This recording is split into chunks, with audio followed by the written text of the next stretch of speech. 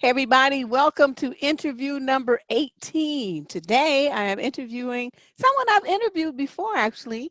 Her name is Shandreka, and she's going to share her stories of narc. And I had the nerve to say, oh, that one guy. And she said, oh no, honey, there was three of them. So I guess we're about to get our ears all kind of filled with some dirt. But let me bring Shandreka on so she can introduce herself, and then we'll get started with the interview. Hey, lady. Hey there. So let's, give everybody a little bit of information about you, like what part of the country you in, and the general age range, married, single, kids. What's the story? Okay. My name is Shandreka, and I live in Fort Wayne, Indiana. I'm a small business owner. I own a transportation company, and I am divorced, and I have two grown kids. I have an 18-year-old and a 18-year-old daughter and a 20-year-old son. It's nice when they're adults, isn't it? I love it. I love coming home and no one's here, and I get to just do what I want. Girl, yes. People was talking about, oh, you'll be sad when your daughter leaves home. I'm like, No. shoot, I've been dancing every day. I've been like, yippee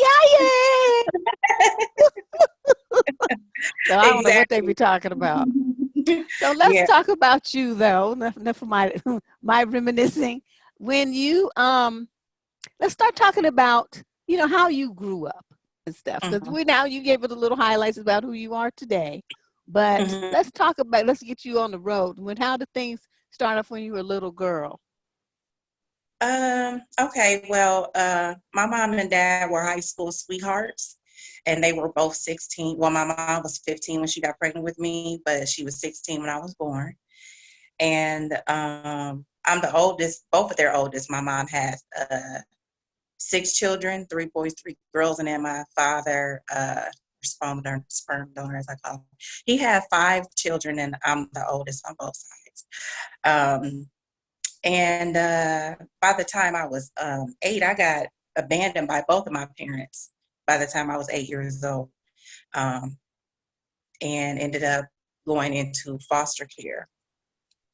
So I grew up in foster care, and it was really rough.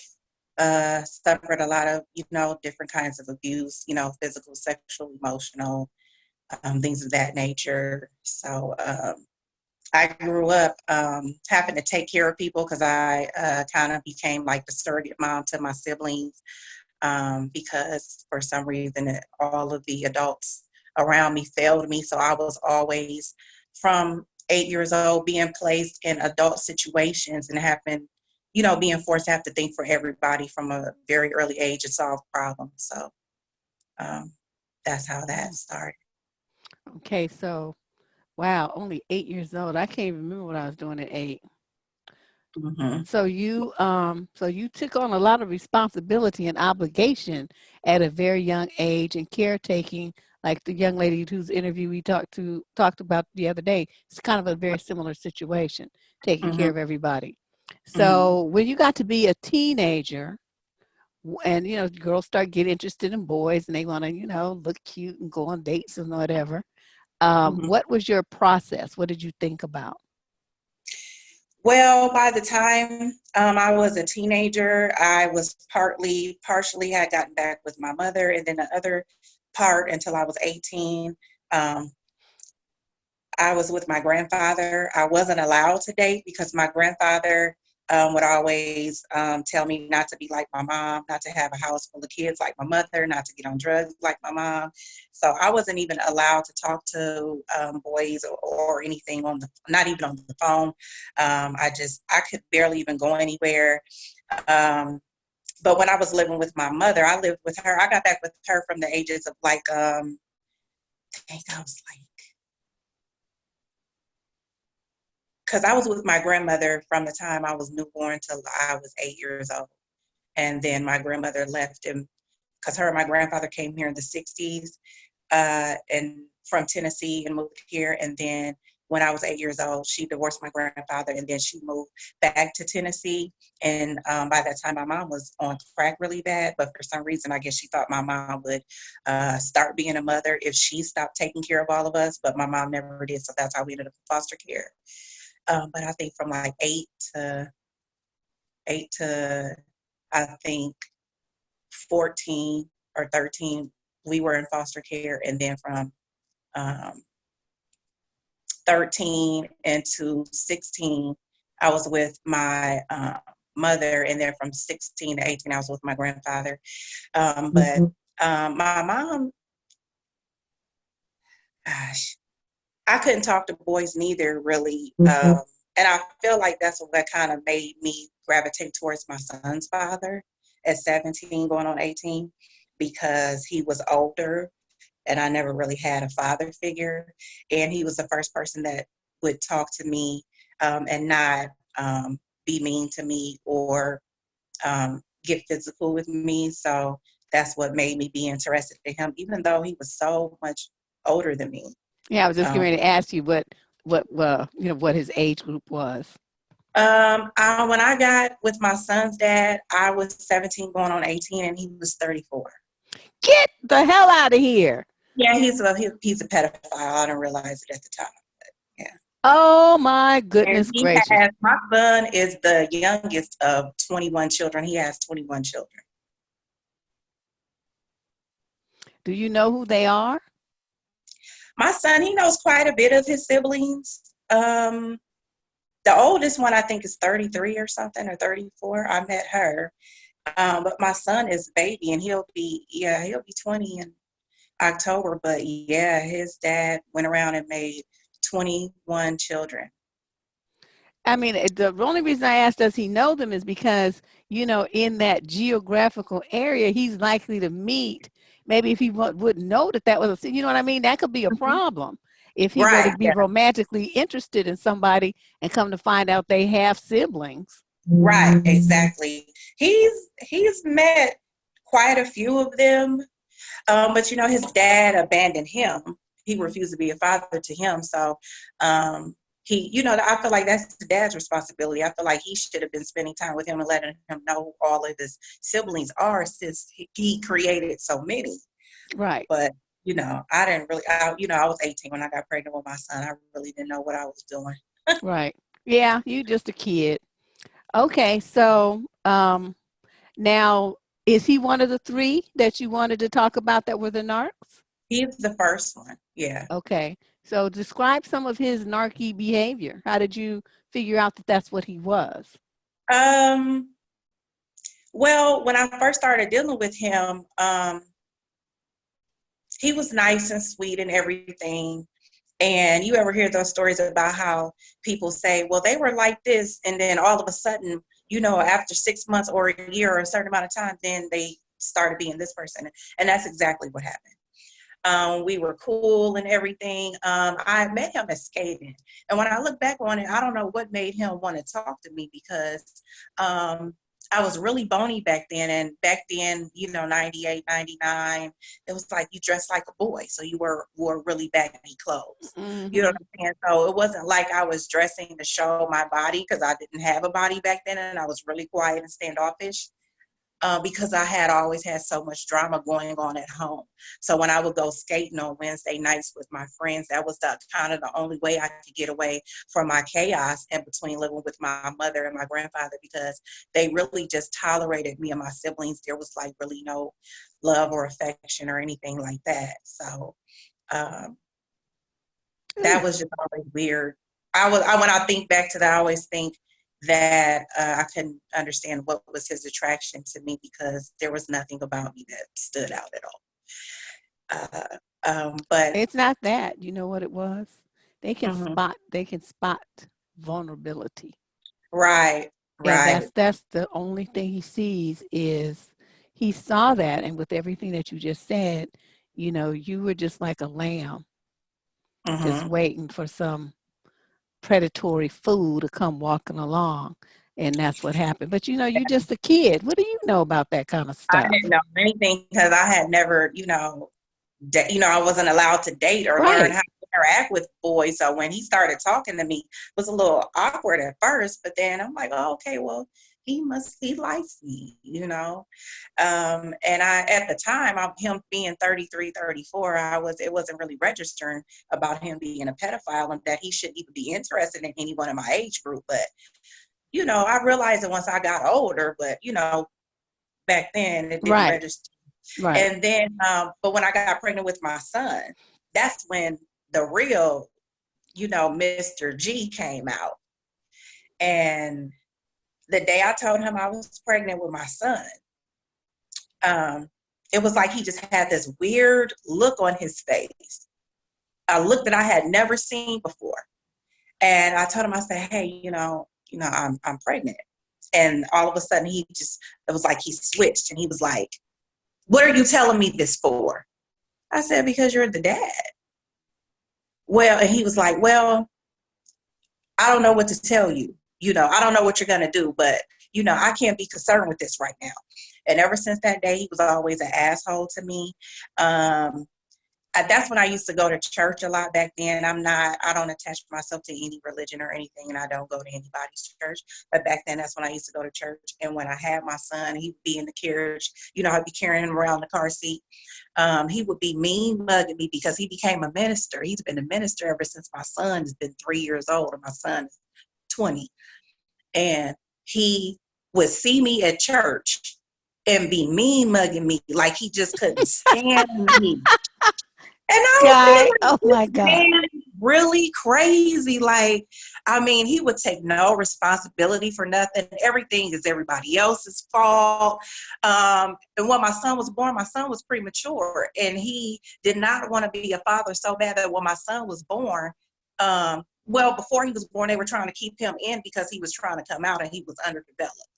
And he knew that, and he was telling me, well, I think they don't need to try to stop your contractions. I think they ought to just let them come out. And I didn't realize at the time that he was saying that because he wanted my son to die so he wouldn't have to be bothered with him. But after a while, it registered like, yo, he really didn't want my son. And he never come and see my son. My son, when he was born, he was 2 pounds, 7 ounces, and it took him 2.5 months. And I don't know why, but they said I just couldn't carry him anymore, and I ended up just one day going into labor with him. But he was 2.7, and then he came home 2.5 months later because he had to get up to over 5 pounds when I could bring him home. He never came to see him. He would just ignore him. He would not ever. At first, it took him years to even claim him because he wouldn't even claim him at first. And then when we went to court and I got the paternity, by the time he finally agreed to go when my son was 3. And then he was like, well, I always knew he was mine the whole time. I said, well, what the fuck was the shenanigans about then? He just wanted to put you through some changes. He did. He's just such an awful person. Nobody ever says anything good about him. I've met so many of his kids' moms, and a lot of them, they cannot stand him. I met one of his sons last week on Instagram, and he's 33, and he cannot stand him. No one, they cannot stand him. And I can't stand him. He's very arrogant and self-absorbed. I mean, he's so arrogant to the point to where if you call him on the phone and he'll be like, you be like, hello, you be like, oh, what's up, what you doing? He'll be like, oh, nothing, just sitting here looking good. And I'm like, how is that an introduction when you get on the phone? But that's how arrogant he is. And he is a piece of work. He doesn't even look good. That's the thing. Well, narcissists, most of them don't. But their greatness is in their imagination. It is. Their power, their beauty, their everything. It's in their head. It doesn't have to be real. True. Yeah, he was my first narc. Okay, so then we moved on from dude. Good, thank goodness. Okay, so when is number 2 coming to the picture? How old are you? I'm 19 at this point. I've met my ex. Well, you know what? My daughter's dad. He's one. But I met him when I was younger, but we didn't deal with each other. And then I re-met him again when I was 19, sneaking in the club. And he was in there because he's 6 years older than me, my daughter's dad. And same thing. He doesn't have as many kids as my son's dad. He only has 8. So, But same thing, no responsibility for anything. I got pregnant with my daughter. He was acting like he didn't know how it happened when he is the one that told me that I was pregnant, and I didn't even believe him at first. And then I go to the doctor and take the pregnancy test, and they're like, ta-da, you're pregnant. And I'm like, yo, he was really right. I really was pregnant. But he denied her for so long and took no responsibility for anything. And by the time she was 3 years old, he called himself reaching out to me because he was in prison, apologizing for not being there for her, talking about he wanted to be a dad and that he wanted to get back with me. So like a dummy, I'm like 22, 23 at this time. Like a dummy, I'm trying to, make things work with him. Just to establish a relationship by that time when I was 23 and she was, 3. Right. So then further, a little bit later on, but see, I'm leaving some out because my ex-husband was in the mix of this at the time. We were married on paper, but we were not together because of the 10 years that we were married. He abandoned me and my kids for 8 straight years. So, but I'm going to get back to that. But my daughter's dad, he was the same way, no responsibility, no nothing. He got out of prison and we tried to get back together. He just basically used me. And during that time I got sick. I had some kidney issues. I almost died. I was in the hospital for like 2 weeks. Oh no. And I needed someone to come over and help me. I had to have a urine bag. They did a surgery, put some stuff on me. I had a urine bag attached to drain out my kidneys, all kind of crazy shit. And at this time, my daughter's dad was out of prison, and he would not come and help me. He didn't come and get me and drive me from the hospital. He just abandoned me. And I had stuck by him that whole time while he was in prison, trying to at least be with one of my kids' dads. But didn't realize at the time that I was just being used and, not being able to decipher between the lies and the sob stories that he was giving me. See, now it's so easy for me to tell things now, but back then it's just so cloudy, Well, I mean, that's part of why they go after the young girls, because they don't know. They're not going to try to run that game on some older woman because she'd be like, boy, get out of here with that stupid stuff. But the young girl, I want my baby to have her dad, and it's just, we can be a family, and you have those kinds of dreams and things, and so they use that against you. So what you're saying is not unusual. What you thought you were going to get out of the deal was not like outside the realm of normal. Right. All right. So my ex-husband, he is the biggest and worst, besides my ex-fiance from 2017, that I ever met in my damn life. I mean, he taught me so much from dealing with him and his family. I mean, when I met him, though, but see, and that taught me a lot about mental illness and pathologies, generational curses, because him and all of his family was just fucking retarded as hell. I mean, and I just didn't realize, what was going on at the time. But my ex-husband, man, I mean, the best way I can describe him is that he would have so many stories and lies going on, and it would be like an onion. You know how an onion has so many layers that you have to go through, and he would be lying and having so many different scenarios going on. And you don't even realize there's so many things going on. You don't even realize that he's telling his mom one thing about you, a story. He's telling his brother the same story. He's telling his baby mama's one story. And it's just so much confusion. I mean, he was just a trip. When we got together, he lied to me about his age. I thought he was 19 like me, and he had 2 different IDs, come to find out. And when we got married, I was 19 and he was 17, but he had been emancipated. And when we got married, he had already had 3 kids. At 17? At 17, yes. He was way ahead of his time. That's why his parents emancipated him. They like, bye. Well, his mama is the reason why his ass was retarded as hell, because she was crazy as hell. And then let me add this in, his mama, used to mess with my son's dad. And when she met me and seen my son, the first thing she said was like, this baby looked like somebody. He looks familiar. Come to find out, she was messing with him too. And that's why Oh my son no. looked familiar to him at 2. That's why my son looked familiar to her at 2 years old when she first met me, because my son's dad and her had a thing too. Ooh, That this is just these dudes are just the worst. Okay, so can you tell me some more about, the ex-husband, because you said he was the biggest and the worst. Yes, When he was did the you biggest start one. when did his lambskin come off and he started showing his true colors? 3 weeks after we got married. Oh 3 yeah, weeks after we I got got it married, now. I got it now. he got up in the morning, said that he was getting ready to go look for a job. Never came back. So I'm just going around, looking and looking and looking for him.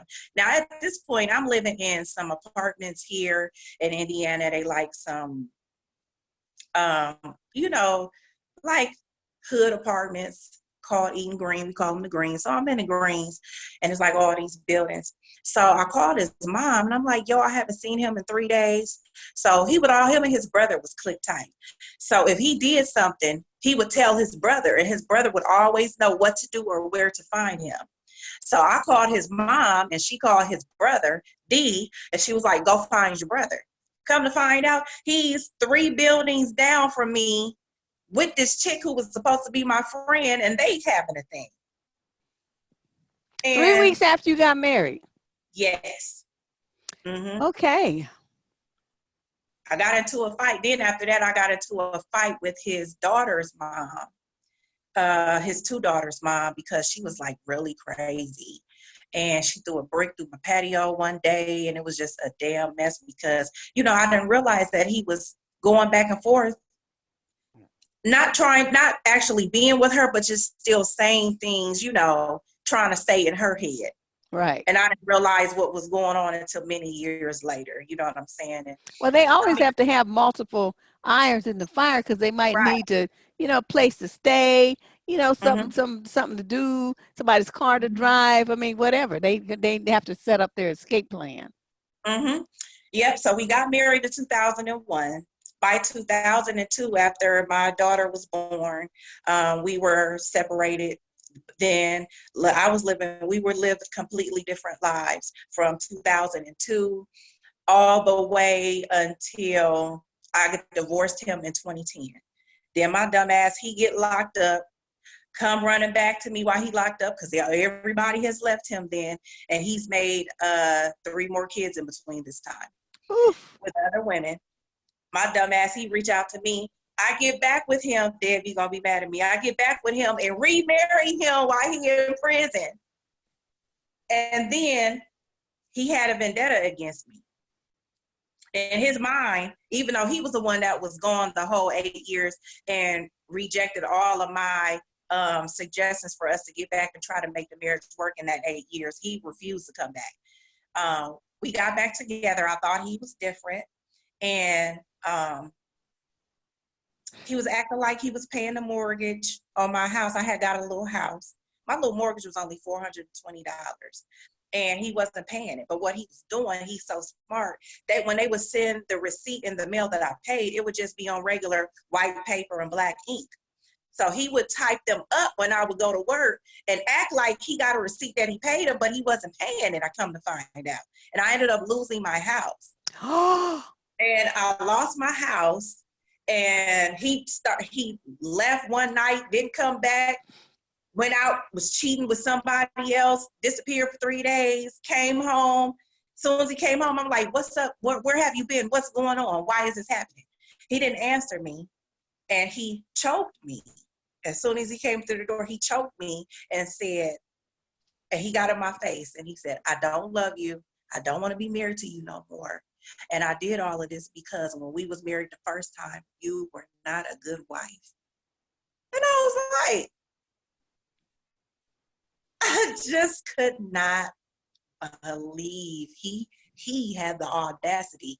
You the one that was gone for 8 years and never wanted to come back to try to fix anything. And then I go and run like a dum-dum and help take care of you while you're locked up, when everybody, all your kids, moms, and all your other little chicks leave you. And then you get out, I open up my home to you. I had a daycare in, and I couldn't have him there. With him having a felony, I shut down my daycare so he could move in. Him and his son, his oldest son, he had custody of his oldest son by that time. And I let his son move in, and we're supposed to be playing house and being a happy family and remarried again. And that is the shit that he pulled on me. I cannot tell you. Whoa. Rage. Ooh. The rage.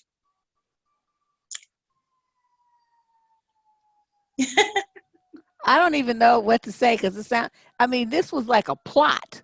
You know, he planned this step by step. Mm-hmm. Well, that's what they do, though. That's why I tell women, once you get away, don't ever go back. Never go back, because they're going to always try to pay you back for leaving them. Even if it's their fault, even if they're the ones that actually left, the fact that you were happy somewhere else, they mad. And so they're going to be trying to pay you back. So never go back with them. Never. I learned my lesson with that. I'm telling you. I guess you did. I really did. And you know what? That happened in 2012. I seen him last year, but from 2012 on up until last summer, when I seen him at Office Depot, but it was from a distance.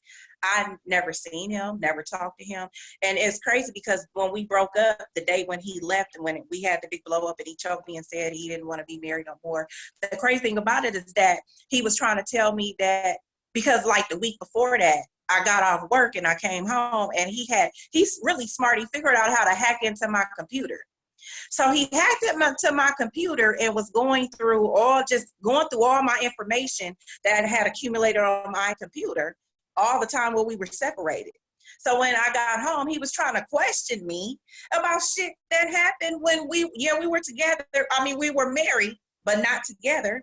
While he was out living with his other, baby moms and making other kids, we were both equally living our lives while still being married on paper, but not married in any other fashion. He had the audacity to be trying to, check me about me having my own life while he was gone for 8 years. Of and course. We got into an argument. How dare you have a nice life without him, without his permission? What was wrong with you? And I just was so shocked there, because I'm like, who in the hell are you to be in my house and hacking into my computer and getting into all the shit that I was doing while you was gone? Who the hell do you think you are? I mean, I had a planner. I have planners that I keep. I buy one for every year where I write down everything that happens every single day. And I have one from 2010 on up until now, a planner for each year. And he had got into my planner and was like reading stuff and was like, oh yeah, well, you was doing this and you were doing that. And it's like, yo, I'm not even about to feed into this with you, because you are being completely delusional and retarded right now. Like, I'm not finna talk about none of this with you. So it was crazy that had happened. And then the week after he did his little escape, was gone for 3 days, came back. We had the physical altercation. Then he was like, oh, he wanted a divorce. He finna leave, packing up his son and all this crazy shit. But that's what he was doing. He was going around, unbeknownst to me, telling people that I was cheating on him and he was unhappy. And he just, no matter what he did, nothing he ever did was good enough for me. And that's why he had to leave again this time. It was my fault. Oh, boy, look at him playing the sympathy card. Yes, wow. And everybody around is crazy because his mama and them is so fucking retarded. Like, they really think that it's always all the women.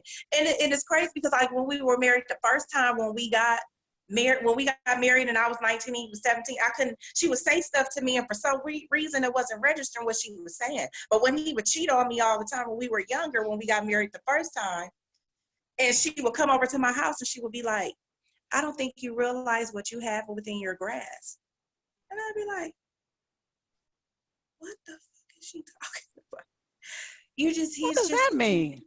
You just don't realize what you have within your grasp. He is just, he's so smart and he's so intelligent, and you be saying that you need a man, and he's only just a boy, but he really is a man, and I don't think that you realize how you undermine him. And I used to be like, this motherfucker's really crazy. He have them so wrapped up in thinking that he's a certain way. I mean, it's just nothing really. I'm like, his whole family is damn crazy. Well, they are, they got hit by the narc arrow. So let's talk Mm-hmm. about, okay, so you get away from this guy. Yeah. Now, when you start summing up these relationships, what is it that you think drew you to these guys?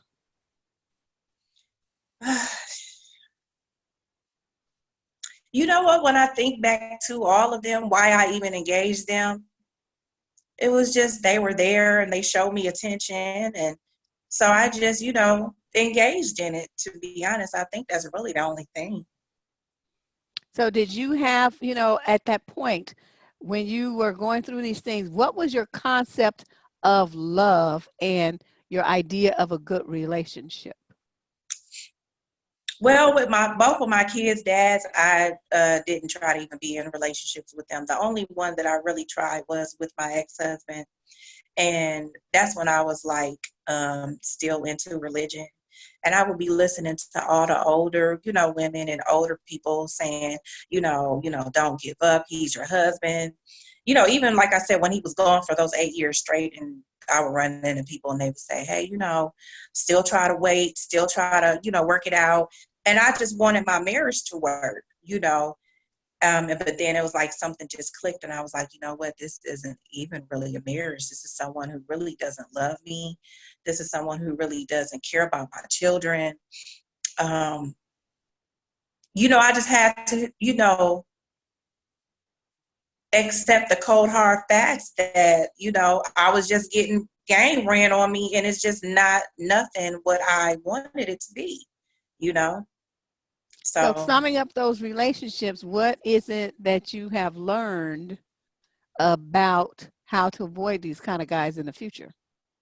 Oh, yes, I wrote some notes. So. Oh, you did? Yes, how handy. I did. So it's a couple of things, but the main things that I will say, what helped me be able to read and vet men better and not end up in those situations with those types of people is that my ex-husband used to just talk in circles, and he's one of those people that will never give you a straight answer.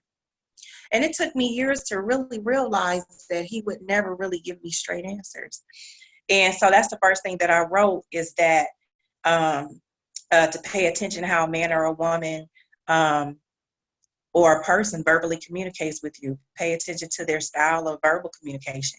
Are they a person who never answers you directly? Because I meet people like that all the time. Mm-hmm. And I trip them up in conversation because you can ask them a question and they'll answer you, but they're not answering your question.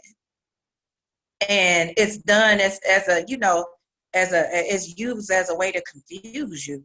But we're not really taught that, how to be able to decipher between when someone is being direct with you and when they're talking in circles and basically trying to insult your intelligence. Yeah, that's called narc word salad. Yes, the whole bunch of words, but they don't really say anything of substance. I love that saying that you made up, word salad. Me and my cousin use that all the time.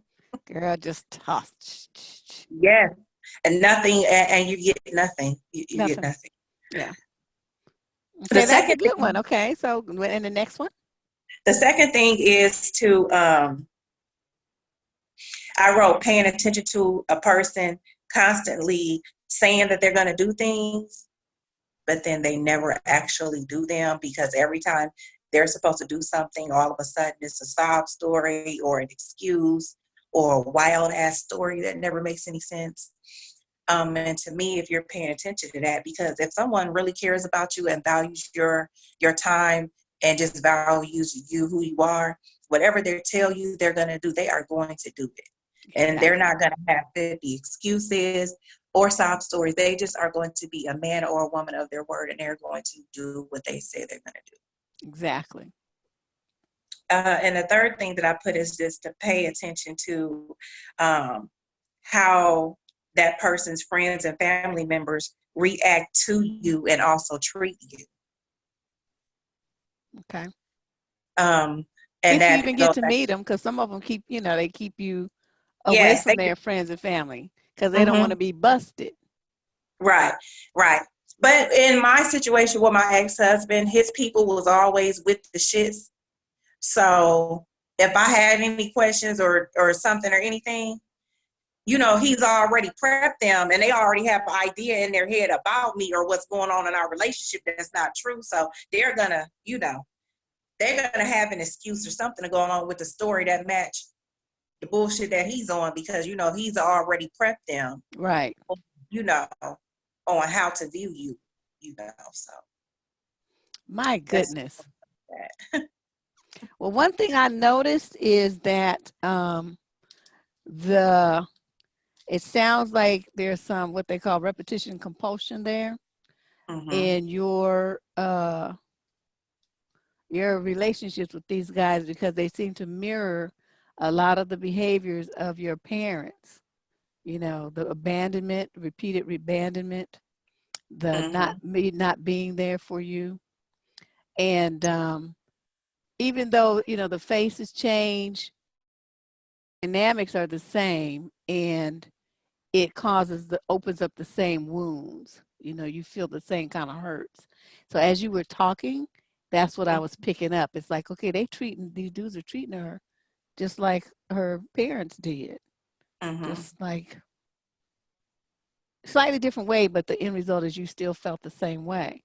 So have you looked into, any kind of counseling to help you, Oh, get with us? yeah. I went to counseling some years ago. But also it's just been me working on myself. Um, and I just feel so much more better now being older. I'm 38 now, and just, I don't have a problem with accepting the truth. You know what I'm saying? Because I started No, off that's all. You can see it. You're very, at peace with it. You see mm-hmm, as you talk about it, you seem reasonably calm, considering what you've been through. So that's good. You didn't let it mm-hmm. stop you from doing nothing. Yeah, I'm telling you, after the thing though, where I lost my house, I did have like a mental breakdown and I packed up and moved 14 hours away to Oklahoma because I just felt like I wanted to get away from here because I was just so hurt. And I was just hurt, not only by him, but just by people in general. Yeah. By that point, because, them were the three situations that were really big, but I always did have just bad relationships with men, the ones in between those situations, because I just feel like most of these men are just crazy and just not of good quality anyway, a large Right. number.